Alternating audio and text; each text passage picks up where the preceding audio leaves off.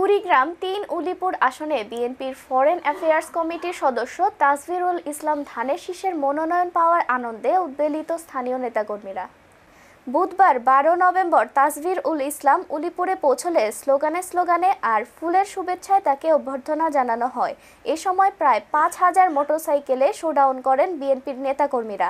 এরপর সংসদীয় আসনের ইউনিয়নগুলোতে তাসভির গণসংযোগ করেন।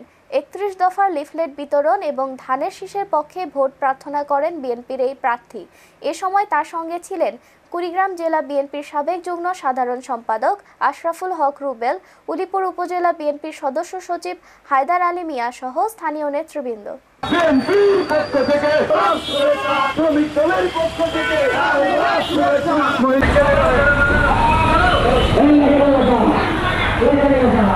কুড়িগ্রামের যে সমস্যাগুলো আছে, আমরা যদি ৪টি আসনে কুড়িগ্রাম থেকে জয়ী হতে পারি তাহলে ইনশাল্লাহ আমরা বিরাট বড় একটা কন্ট্রিবিউশন রাখতে পারবো, এই এলাকার গরিব মানুষদের সেবা করতে পারবো। আপনারা দোয়া করবেন আমরা যেন সুন্দরভাবে এবং সুষ্ঠুভাবে এই সময় ইলেকশনটাকে পরিষ্কারভাবে আমরা পরিচালনা করতে পারি, এটাই আমাদের কাম্য। এবং আপনারা সকলেই আমাদের জন্য দোয়া করবেন। ইনশাল্লাহ জনগণ আমাদের সাথে আছে, আমাদের কোনো ভয় নাই, আমরা ভয় পাই না, ইনশাল্লাহ বিজয়ী হব।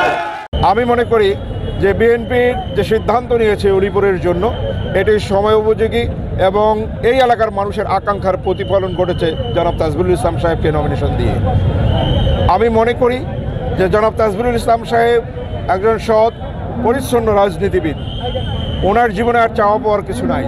আমরা দীর্ঘদিন থেকে লক্ষ্য করেছি উনি দিতে এসছেন রাজনীতিতে, উনি কিন্তু কোনো কিছু নিতে আসেননি।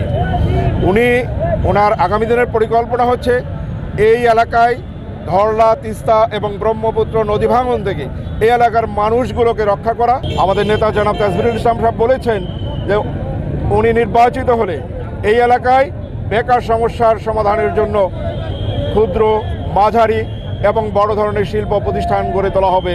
এই অঞ্চলকে একটা কর্মমুখর অঞ্চলে পরিণত করা হবে।